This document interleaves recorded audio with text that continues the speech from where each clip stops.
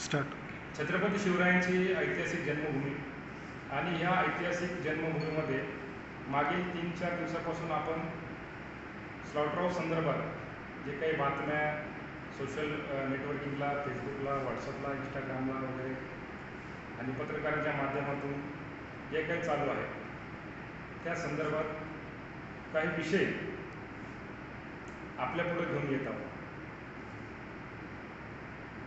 काही विद्यमान आमदारांनी पत्रकार परिषदेत काही विषय मांडले, काही माजी आमदारांनी पत्रकार परिषदेत काही विषय मांडले.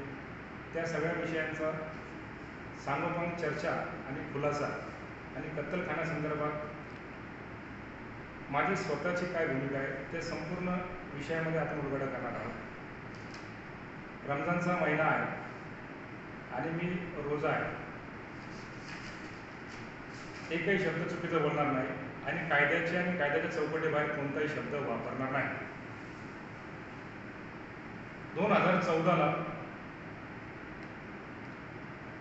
सुप्रीम कोर्टाने एक निर्णय दिला का ज्या कत्तलखान्याला ETP STP नाही ते सर्व कत्तलखाने सरसकट बंद करण्यात आले.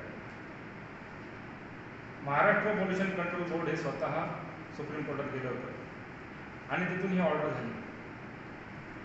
ऑर्डर झाल्याच्या नंतर संपूर्ण महाराष्ट्रातील कत्तलखाने ज्या कत्तलखान्याला ETP STP प्लॅन्ट नाही ते सर्व कत्तलखाने बंद झाले.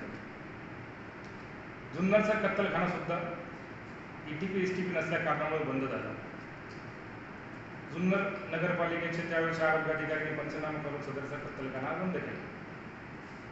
बंद केल्याच्या नंतर राज्य शासनाने पर्यायी व्यवस्था म्हणून ETP प्लॅन्ट STP प्लॅन्ट बसवण्यासाठी भरपूर असा मोठ्या प्रमाणात निधी अवेलेबल करून दिला.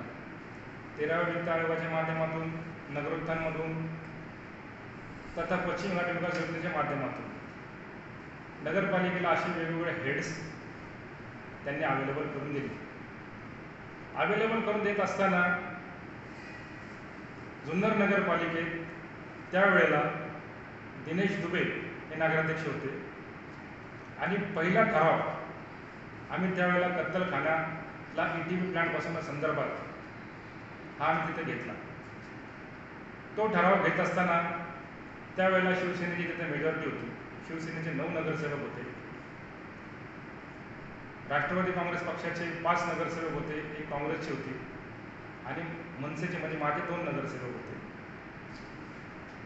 17च्या 17 नगरसेवकांनी त्याच्यासोबत 2 स्वीकृत नगरसेवक होते, एक सेनेचा होता आणि एक राष्ट्रवादी काँग्रेसचा होता. या 19 नगरसेवकांनी त्यावेळेला सर्वानुमते ठराव मंजूर केला होता.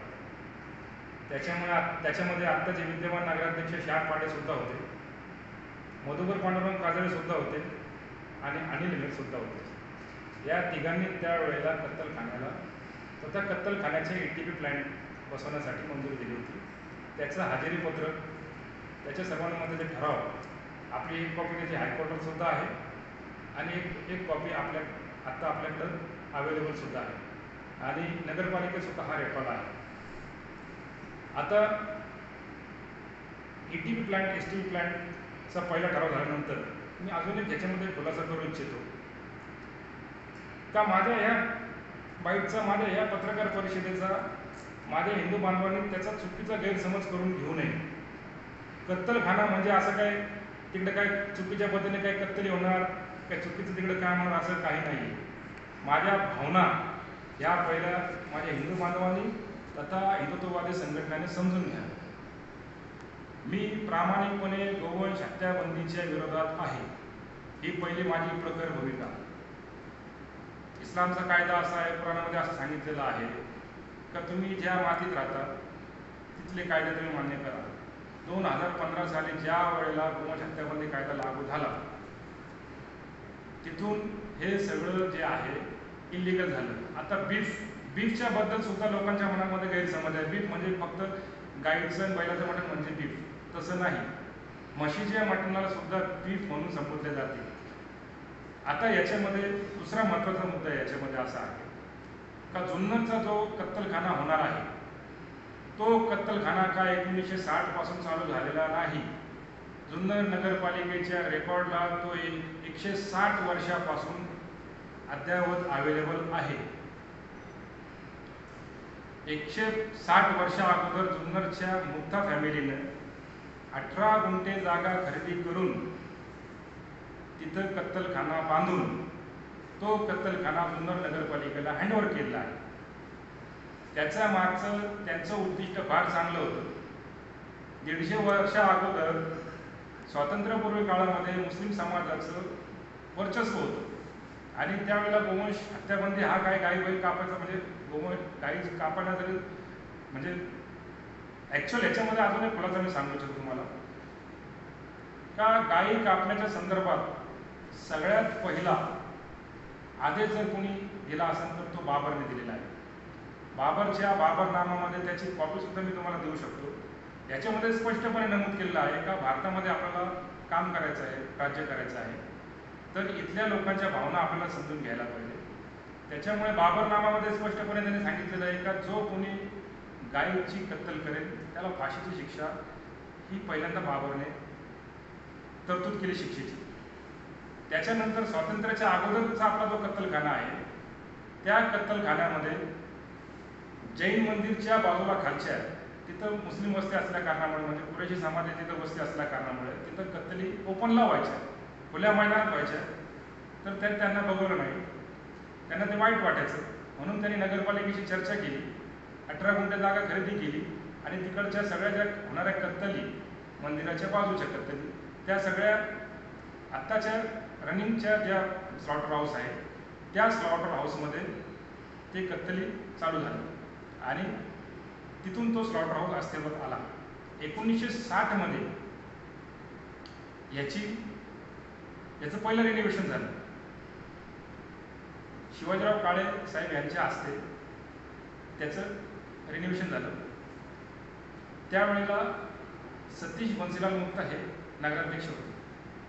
त्याच्यानंतर दुसरं रिनोव्हेशन झालं त्याचं 1960च्या नंतर वल्लभशेठ बेनके यांच्या कार्यकालामध्ये सुद्धा एक रिनोव्हेशन झालं.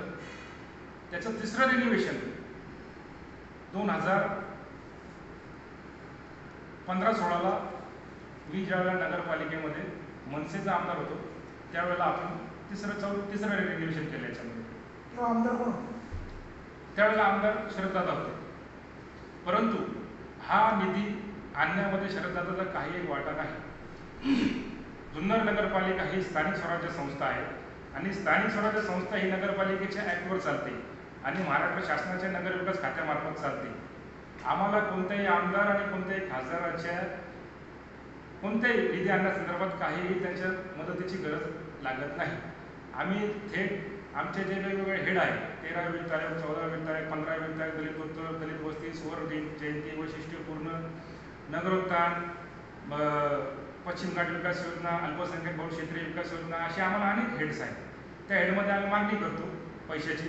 तिथून आम्हाला पत्र आलं का मग आम्ही पत्राचा फॉलोअप घेतो आणि ते निधी आपल्या नगरपालिकेत वर्ग करतो. निधी वर्ग करत असताना तो निधी पहिला DPCत जातो. प्रत्येक जिल्ह्यामध्ये एक DPC असते. त्या DPCमध्ये पहिला पैसा जातो.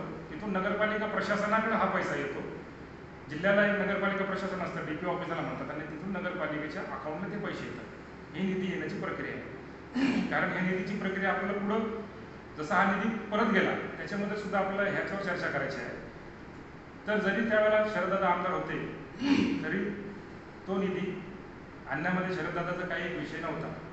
त्या विषयामध्ये संतोष वारवळे साहेब हे CEO होते. संजय कुंभार हे आमचे अभियंता होते, बांधकाम अभियंता.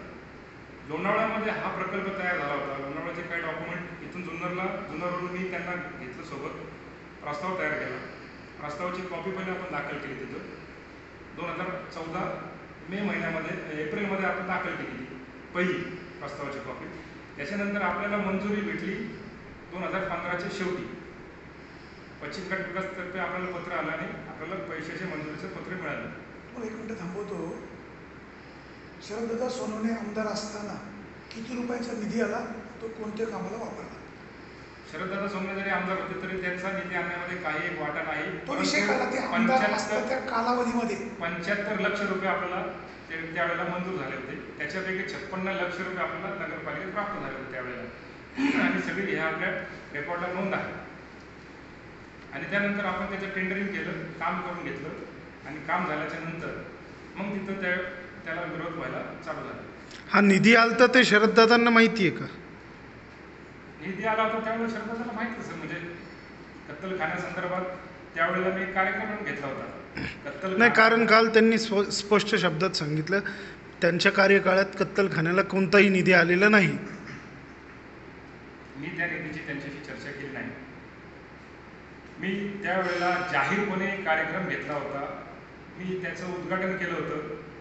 त्या निधी आणून तिथं नारळ फोडला होता आणि त्यावेळेला पुण्याचे पिंपरी चिंचवडचे कैलासवासी नगरसेवक पैगंबरवासी जावेद वैश्य यांच्या हस्ते मी तिथं नारळ फोडला होता आणि इंटिग्रो प्लॅनच्या कामाचं उद्घाटन मी त्या दिवशी केलं होतं आणि हा कार्यक्रम जोरात झाला होता. म्हणजे शहरातल्या सगळ्यांना माहिती होतं, नगराध्यक्षाला पण माहिती होतं, शरददादांना माहिती असू शकतं. त्यावेळेचा निधी आणण्यामध्ये शरददादाचा वाटा नव्हता असं तुम्ही म्हणताय. हो. मग आता जो निधी परत गेला, जो आला होता, त्याच्यामध्ये आमदारांचा वाटा होता? याच्यामध्ये म्हणजे निधी आणण्यामध्ये गैरसमज नको. नाही, याच्यामध्ये विषय असा होता का मागच्या वर्षी बकरी ईदच्या काही दिवस अगोदर माझी सतत मागणी आहे साहेब. माझ्या प्रत्येक जनरल बोर्डाला तुम्ही माझे प्रोसिडिंग जर घ्याल तर मी कत्तलखाना जुन्नरमध्ये व्हावा याच्यासाठी आग्रह आहे. त्याचं कारण असं आहे का जुन्नर शहरामध्ये ज्या वेगवेगळ्या गोवंशच्या जवळपास, आता माझ्याकडे रेकॉर्ड आहे, जवळपास 52 गुन्हे दाखल झालेले आहेत. माझी प्रामाणिक इच्छा अशी आहे, माझ्या समस्त हिंदू बांधवांना, आता हिंदूवादी संघटनांना माझं एक विनंती आहे का तुम्ही माझ्या भावना पहिला समजून घ्या. माझं म्हणणं काय आहे, तो कत्तलखाना होतोय तिथं फक्त म्हशी कापल्या जाणार, म्हशीशिवाय तिथं काही कापलं जाणार नाही. स्लॉटर हाऊस संदर्भात राज्य घटनेमध्ये स्पष्टपणे तरतूद आहे. सुप्रीम कोर्टाचे माझ्याकडे जवळपास 25 सायटेशन आहे. हा आमचा मूलभूत अधिकार आहे. जुन्नर शहरामध्ये जवळपास 35 ते 40% मुस्लिम समाज, 35% मुस्लिम समाज इथं असेल, 35%च्या वर, तो अल्पसंख्याक बहुल क्षेत्र म्हणून घोषित केलं जातं. जुन्नर शहरामध्ये जवळपास 40%च्या वर मुस्लिम समाज आजच्या घडीला राहत आहे. आम्ही आमच्या मित्रमंडळीमध्ये गमतीत सांगतो का अर्ध्या जुन्नरचे मालक आम्ही आहे, अर्ध्या जुन्नर सातबारे आमचे आहे, पण हा गमतीचा भाग आहे. त्याच्यामुळं ज्या जुन्नरमध्ये सोयीसुविधा आहे, ज्या काही आमच्या मूलभूत अधिकार आहेत, ज्या मुस्लिम समाजाच्या मूलभूत गरजा आहेत, ते मी मुस्लिम नेतृत्व या नात्याने आम्हाला या सगळ्या मूलभूत सोयीसुविधा, त्याच्यात स्लॉट हाऊससुद्धा आले, ते आम्हाला पाहिजे कोणत्याही परिस्थितीत. निधीच्यासाठी त्यावेळेला कलेक्टर साहेब नवल किशोर राम आणि SP संदीप पाटील साहेब यांनी त्यावेळेला जुन्नर नगरपालिकेत मिटिंग घेतली होती. त्या मिटिंग झाल्याच्यानंतर सेपरेट वेगळ्या रूमला फक्त मुस्लिम समाजाचे नगरसेवक, नगराध्यक्ष, आमदार अतुल शेठ बेनके, संदीप पाटील साहेब आणि नवल किशोर राम साहेब, त्यावेळेला मी त्या रूममध्ये सगळं माहिती ही पूर्ण कलेक्टर साहेबांसमोर ठेवली होती आणि मी नगराध्यक्षाची तक्रार पण केली होती का हे त्याच्यामध्ये हे विषयामध्ये रस दाखवत नाही आहे. त्याच्यामागं अजून एक कारण असं आहे का ज्या वेळेला गोवंश हत्याबंदी कायदा लागू झाला 2015 तर आमचे जो कुरेशी व्यापारी समाज आहे, माझा त्यांच्याशी काही एक संबंध नाही. माझा हा व्यवसाय नाही, मी शेती करतो, माझा शेतीचा व्यवसाय, माझा कुक्कुटपालनाचा व्यवसाय आहे.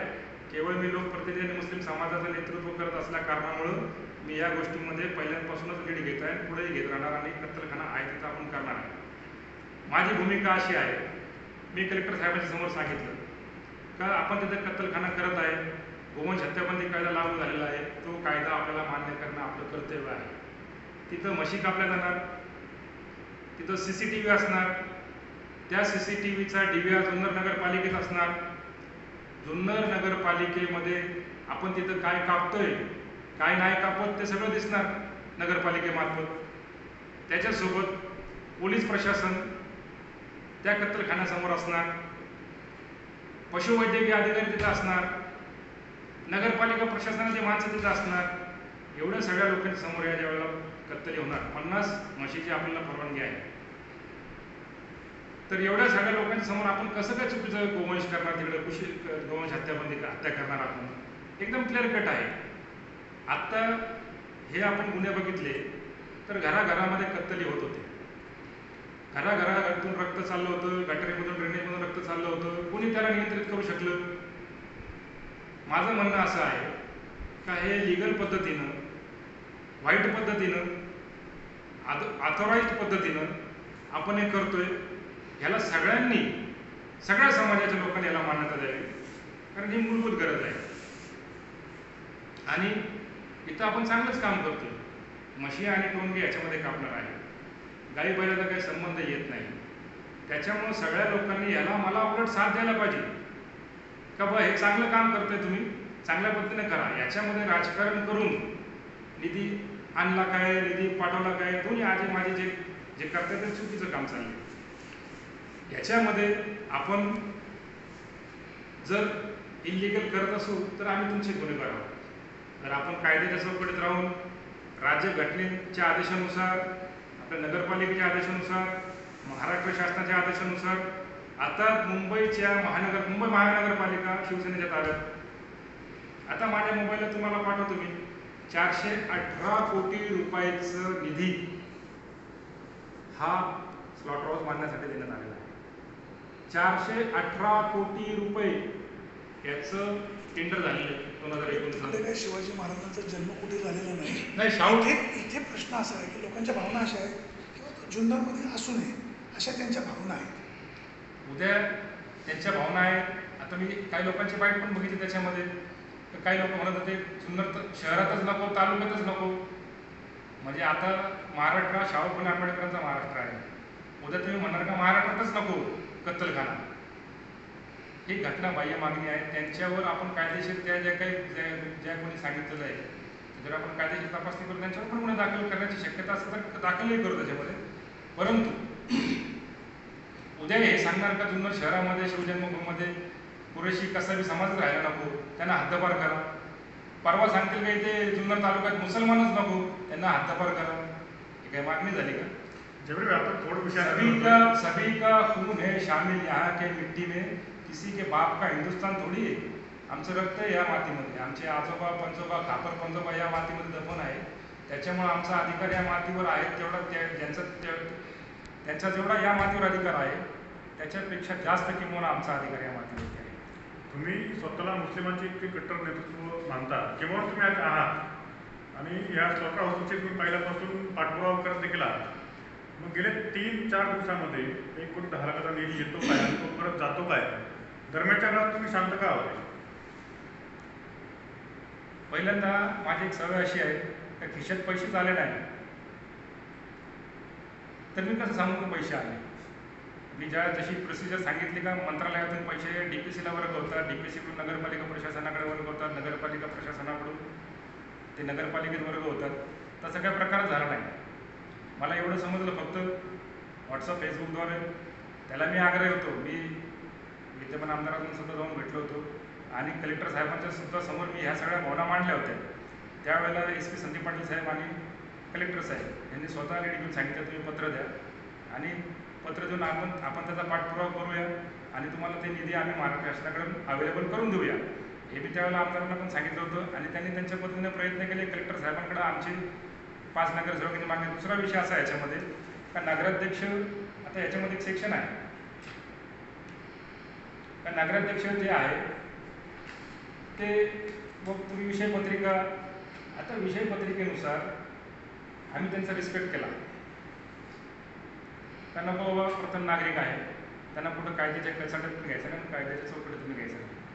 आता याच्यामध्ये 1/4 नगरसेवक जर त्यांची मागणी नगराध्यक्ष मान्य करत नाही, समजा याला 3-4 वर्ष त्यांनी, 1 वर्ष कोविडमध्ये गेलं, पहिल्या वर्षी माझी मागणी पहिल्या वर्षापासून कंटिन्यूस माझी लेखी पत्राद्वारे असू द्या किंवा जनरल बोर्डाच्या माझ्या विविध भाषणामध्ये असून द्या, माझी मागणी कत्तलखाना तिकडे करून घ्या. पण अध्यक्ष चल दखल करत होते. त्यांना पक्षाचा दबाव किंवा त्यांचं हिंदुत्ववाद असेल त्याच्यामध्ये ते त्यांचा विषय आहे. परंतु त्यांनी नेहमी नगरपालिकेमध्ये ह्या विषयामध्ये मुस्लिम समाजाच्या विरोधात भूमिका घेतलेली आहे. मी ह्या सेक्शनद्वारे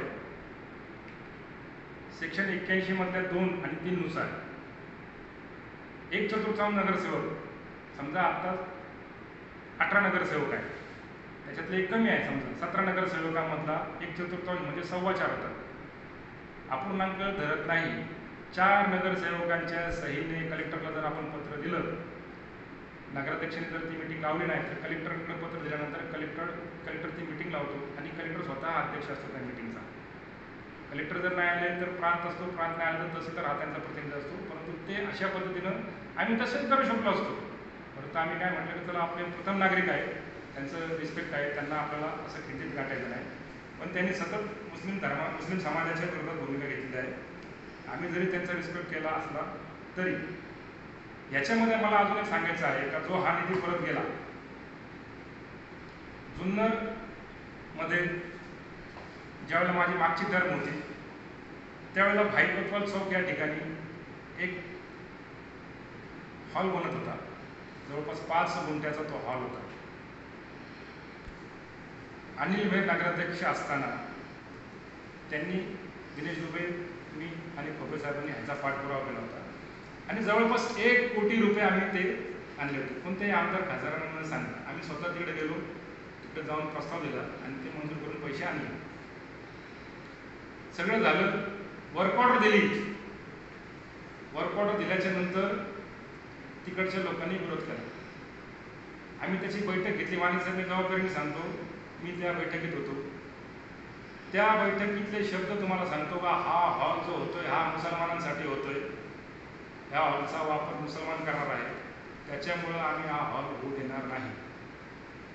असं कोण म्हटलं होतं? तिकडचे स्थानिक लोक म्हटले होते आणि त्याला आपले राष्ट्रवादी काँग्रेसचे पण काही नगरसेवक होते, शिवसेनेचे पण नगरसेवक होते. कुठल्या वर्षी? 2015, हेच 15च्याच आसपास, 2013-14च्या आसपास असतं ते. माझ्याकडे सगळा डाटा आहे तो, ज्यावेळेला लागेल त्यावेळेला देईल मी. तर त्यावेळेला तो निधी परत केला होता. वर्क ऑर्डर दिलेली होती, तिथं त्याचं स्ट्रक्चरल ऑडिट, हे अमकं तमकं, त्याच्यावर जे बनवणार आहे ते इमारत कमकुवत आहे, ते पडल, त्याच्यामध्ये जीवितहानी होईल, तिथं सेन्सिटिव्ह आहे, संवेदनशील. आता जुन्नर म्हणजे संवेदनशील असं करून टाकलं का तसं काय जुन्नरमध्ये काय सगळे अतिरेकीच राहतात अशा पद्धतीनं. म्हणजे काल ते वाईटमध्ये जुन्नर जुन्नरमध्ये अतिशय गुन्ह्यागोविंदाने हिंदू मुस्लिम समाज राहतोय. आता काल माझ्या घरामध्ये माझा मित्र ऋषिकेश जोगळकर रोजा सोडून गेला. असे माझे अनेक मित्र आहे जे माझ्या घरी रोजा सोडतात. मी त्यांच्या घरी दिवाळीला जातो. अनेक माझे जवळचे मित्र आहे, वर्गमित्र आहे, शालेय मित्र आहे. माझ्या 17 वर्षाच्या शैक्षणिक कार्यकालामध्ये अनेक माझे हिंदू समाजाचे मित्र जे माझ्यावर प्रेम करतात. त्यांच्या अडीअडचणीला मी उभा राहतो, ते माझ्या अडीअडचणीला येतात.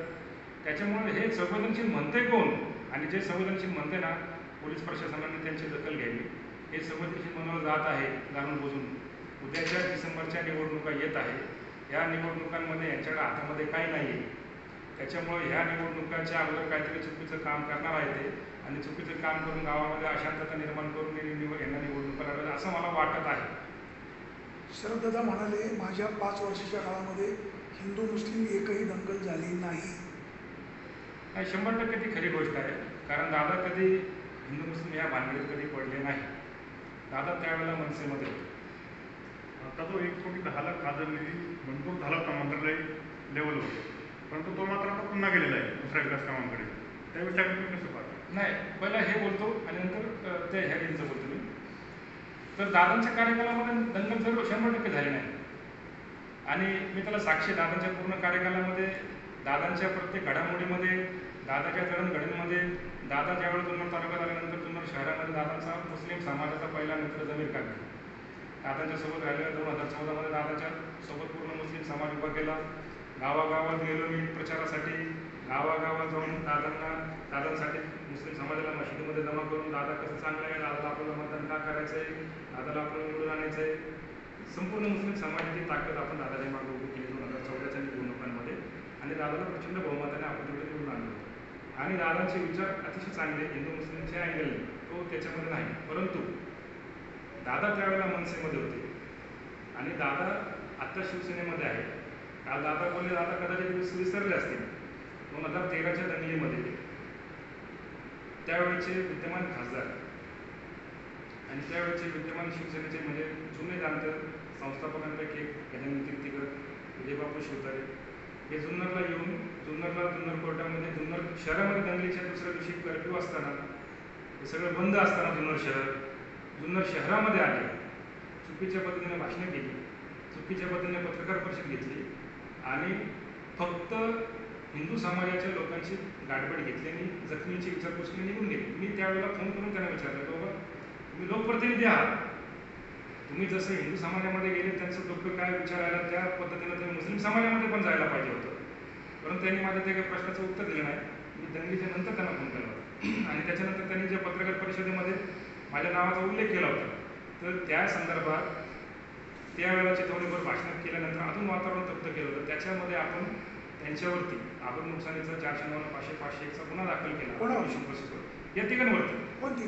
शिवाजीराव आढळराव पाटील, कल्याणी कीर्तीकर आणि विजयबापू शिवतारे.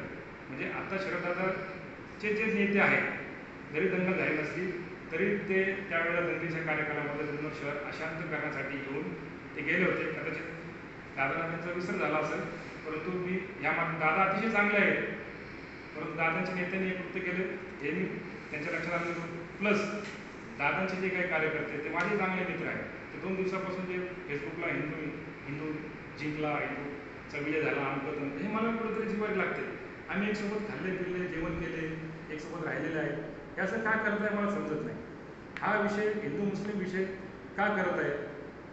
जर असं करायचं ठरलं तर जुन्नर शहरामध्ये दारूबंदी करा. जुन्नरच्या शिवाजी महाराजांच्या पुतळ्यासमोर एक बिअर बार आहे, पुतळ्याच्या समोर एक बिअर बार आहे. नगरपालिका काय करते? नगरपालिका काय, आता राज्य शासनाने सगळे लायसन्स संपून टाकलेलेच आहे. जे कोणी लायसन्ससाठी मागणी करतात कायदेशीर असेल ना? नाही, कायदेशीर आहे, पण तुम्ही ज्यावेळेला याला विरोध करता तर आमचं काय म्हणणं आहे, दारू चांगली गोष्ट आहे का? मी आपल्या चॅनलच्या माध्यमातून विचार, दारू चांगली गोष्ट आहे का? दारू चांगली का मटण चांगलं? ज्याला नियमित परवानगी आहे कायदेशीर, साहेब याला पण कायदेशीर परवानगी आहे, कत्तल खाण्याला पण कायदेशीर परवानगी आहे. होऊ नये असं आमचं थोडंच होते. मग हे काय चाललंय मग 2 दिवसापासून? ते तर नेते करतात. एक म्हणतात का निधी परत करू, एक म्हणतात का निधी त्यांनी आणला. म्हणजे दोघंही दुसऱ्या भूमिकेत आहेत.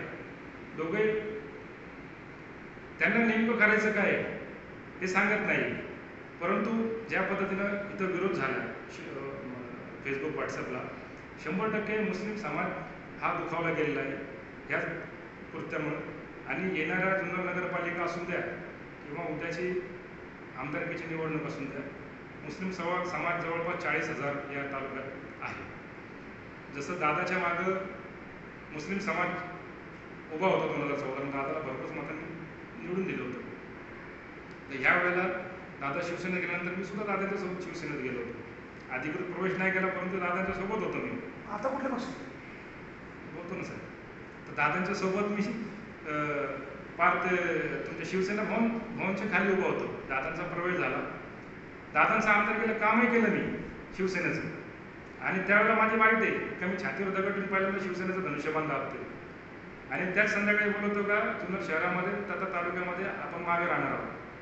त्या संध्याकाळी निवडणुका संपायच्या अगोदरच दादांनी मला सांगितलं होतं, निवडणुकाचे काही दिवस अगोदर, तुम्ही आता घरी बसा. मी रोज आहे, एकही शब्द चुकीचं बोलणार नाही. तुम्ही घरी बसा, तुम्ही काय प्रचाराला इकडे तिकडे जाऊ नका. दादा म्हटलं, दादा मी गावागावात फिरेल नाही, तुम्ही आहे तिथंच थांबा, बाहेर काय जायचं नाही. म्हणजे 8-10 हजार मताचं आपण दादा नियोजन करू शकतो. त्यांनी तुम्हाला घरी बसा बोलले म्हणून तुम्ही त्यांनाच घरी बसवलं का? नाही. त्याच्यानंतर दादांनी मला घरी बसला सांगा, तुम्ही कसं नेत्यांचा नियम नेत्यांचा आदेश तोडू. दादा मला म्हटले का तुम्ही घरी बसा. मी घरी बसलो, दादाचा आदेश मान्य केला मी. दादा माझा मित्र आहे आणि मरेपर्यंत ते माझे मित्र राहणार आहेत. दादासाठी माझे मी लई तळतळ दादाला वेगवेगळी सूचना पण देत होतो असं करायला, पण दादा ऐकत नव्हते. दादा त्यांच्या ह्याच्यामध्ये निवडणूक कार्यकालामध्ये काम करत होते. त्याच्यानंतर मी तुम्हाला अजून एक गौप्यस्फोट या ठिकाणी करतो. दादा ज्यावेळेला मला म्हटले का घरी बसा, घराच्या बाहेर पडू नका, फक्त तुमचं गल्ली वगैरे तेवढं बघा. मी जे काही मुस्लिम समाजाला मला जे कन्व्हिन्स करता आलं, मी घरीच बसा म्हटलं तर घरी बोलून सांगितलं बा लोकांना की आपल्याला शिवसेनेला मतदान कर. ज्या लोकांनी केलं ते केलं. त्याच्यानंतर मला दिनेश देवेंचा फोन आला. निवडणुका फार रंगात होत्या येण्याद्रीवरून. ते दर्शनाला गेले होते अतुल शेडकेने तुम्ही. तर मला विचारायला हुआ दिनेश ने क्या रमीर कहीं प्रचार में कहीं दिख रहा नहीं यार तो बोले तो मला मेरे को दादा ने बोले घर पे बैठ के बोलने तो मैं कहीं बाहर निकल मेरे को बाहर निकल देना है तो बोले यार 1 मिनट रुक जरा अतुल सेठ आ रहे बोले उनसे बात कर तो अतुल शेट्टीला फोन दिला दादाने आणि अतुल शेट्टीने मग मला सांगितलं काय चाललं तुम्ही म्हटलं काय नाही बाबा तो बोले घरीच थांबा आम्हाला काय त्रास देऊ नका नाही मला आता घरीच थांबायला सांगितलेलं आहे दादाने त्याच्यामुळे घरीच थांबणार आहे तुम्ही कोणाला त्रास मला जर सांगितलं दादाने की तुम्ही प्रचार करा तर मी बेधडकपणे तुमच्यावर प्रचार केला असता भाषणं केली असती याच्या मागे मी माझ्या पूर्ण आयुष्यभर राष्ट्रवादीच्या विरोधातच होतो आणि विरोधातच भाषणं केलेली आहे आणि ह्या वर्षी ह्याही आमदारकीला मी विरोधातच होतो पण दादाने सांगितल्यामुळे घरी बसलो मी इतके दिवस तुम्ही राष्ट्रवादीच्या विरोधात होते, आत्ता नगरपालिकेला उपनगराध्यक्षाच्या वेळेस राष्ट्रवादीच्या सोबत कसं काय गेले? राजकारणामध्ये कोण कुणाचा दोस्त आणि कोण कुणाचा दुश्मन परमानंट नसतो. कधी कोणतं काही गणित जमल कधी कोणतं गणित तुटल हे काही सांगता येत नाही. माझा विषय थोडा बरकटतोय. कत्तलखान्याविषयी दोन्ही नेत्यांच्या भूमिका लक्षात आल्या, माझे आमदार असतील आजी आमदार असतील, परंतु कत्तलखाना व्हावा अगर होऊ नये तुमची भूमिका काय स्पष्ट? माझी स्पष्टपणे भूमिका आहे.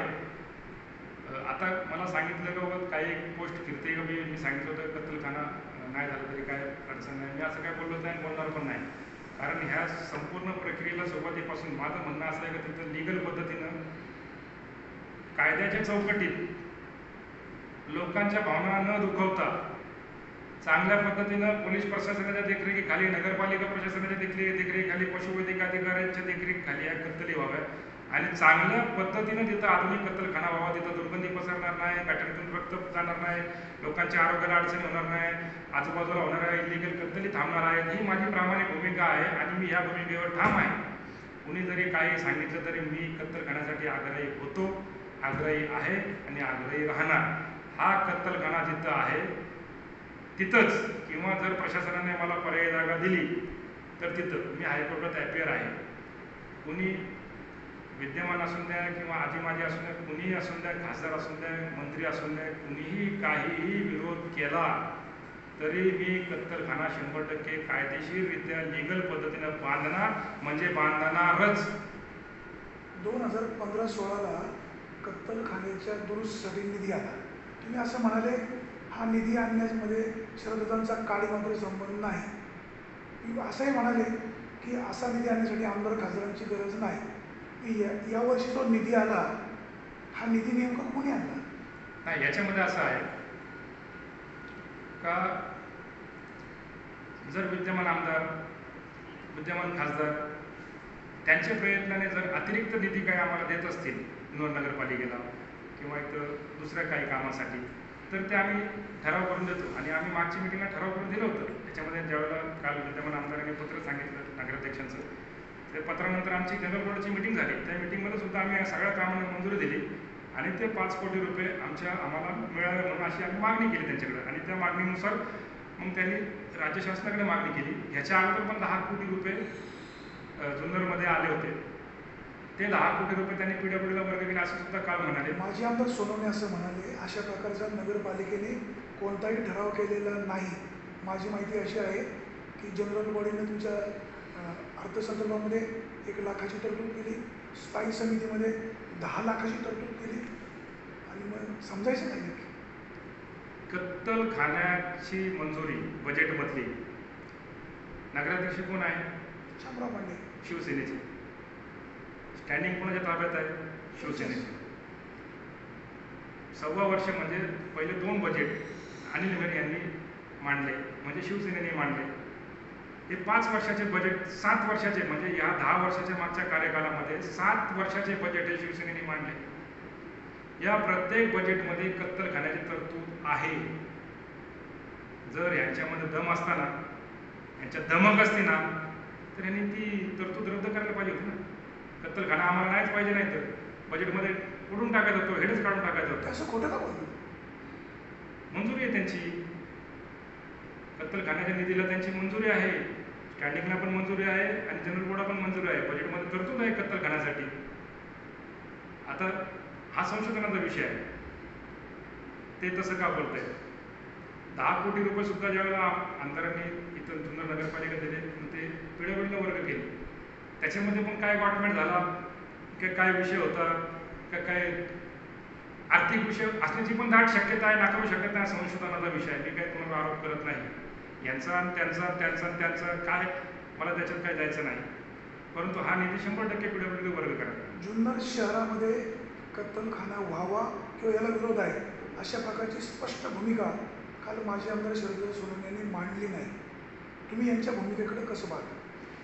नाही, शरददादा हे आता शिवसेनेत आहे.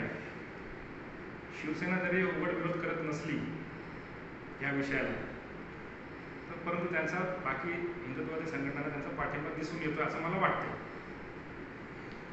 आणि दादांचे जे कार्यकर्ते ज्या पद्धतीनं जे फेसबुक व्हॉट्सअपला जे हे करत आहे, टाकत आहे, त्याच्यावरती समजा ठीक आहे, समजा त्यांनी जे काय टाकलं जर ते कायद्याच्या चौकटीच्या बाहेर असेल, म्हणजे कायदा भंग करणारे असेल. आता आम्ही काल 2 गुन्हे दाखल केले, SP ऑफिसला आम्ही दाखल केले 2 गुन्हे. त्याच्यामध्ये विद्यमान खासदार आणि विद्यमान आमदारांना अपशब्द वापरले, त्याच्याबद्दल आमचं काही म्हणणं नाही. परंतु ते अपशब्द वापरत असताना मुस्लिम समाजाचा उल्लेख करून जे अपशब्द वापरलेले आहेत त्याच्यामध्ये आपण 2 गुन्हे SP ऑफिसला दाखल केलेले आहेत. आमचे मित्र आदिलभाई नारायणगावचे त्यांनी दाखल केलेले आहेत. त्यांची माझी चर्चा झाली. अजूनही काही लोकांनी त्याच्यावरती स्क्रीनशॉट आमच्याकडे आहे, ते आता सगळ्यांची घेऊन. आता मागच्या वर्षी मरकजच्या वेळेला जवळपास 34 गुन्हे मी दाखल केले आणि आजही माझ्या मोबाईलमध्ये जवळपास 20-25 गुन्हे दाखल होते. एवढे मटेरियल माझ्याकडे आहे. परंतु आपण कुठेतरी सॉफ्ट कॉर्नर घेतो. याच्यामध्ये 5 लेडीज लोकांचे आजही माझ्या मोबाईलमध्ये आहे. चांगल्या घरातल्या लेडीज होत्या त्या, मी नाव घेऊ इच्छित नाही. तर त्या सगळ्यांचे मला फोन आले त्यांच्या घरच्यांचे का नवीर भाई प्लीज याच्यामध्ये काय तुम्ही करू नका. मी सॉफ्ट कॉर्नर दाखवलं ना, तिथं काही चुकीचं घडत जरी असलं आणि आपल्याला वाटलं की जाऊन चला हे अनावधानानं झालेलं आहे, जरी त्यांनी आपल्या मुस्लिम समाजाच्या इस्लाम धर्माच्या जरी भावना दुखावलेल्या आहे, परंतु या लेडीज आहे, असंच कुठेतरी कुणीतरी वातावरण खराब करतं, चुकीच्या पद्धतीने वातावरण दूषित करतं आणि सर्वसामान्य हिंदू समाज ह्या दूषित वातावरणामध्ये त्यांची माती भडकतात आणि अशा चुकीच्या पद्धतीने व्हॉट्सअप फेसबुकला कमेंट टाकताना त्यांच्यावर गुन्हे दाखल होतात. ते बिचारे निष्पाप असतात. ज्यावेळेला ते गुन्हे त्यांच्यावर दाखल होतात, कोर्टात त्यांना यावं लागतं, जामीन द्यावं लागतं, ज्यावेळेला शिक्षा होतं त्यावेळेला त्यांना समजतं की आपण काय चूक केलेली आहे. त्याच्यामुळं आता ह्या 3-4-5 दिवसामध्ये जे काही झालेलं आहे, ज्या कोणी काही चुकीच्या कमेंट्स टाकल्या आहेत त्या सगळ्यांवरती 100% गुन्हे दाखल करणार.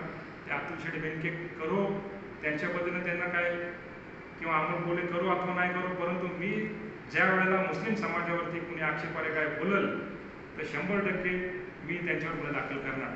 आणि हे सोडून ज्या ठिकाणी मुस्लिम समाजावर अन्याय अत्याचार होत असेल, जसं आता मोरे साहेब म्हणाले का कट्टर नेता आहात, मग कट्टरतेची व्याख्या मला समजत नाही का मी कट्टर कसं, मी समाजाची बाजू घेतली तर मी काही कट्टर झालो का?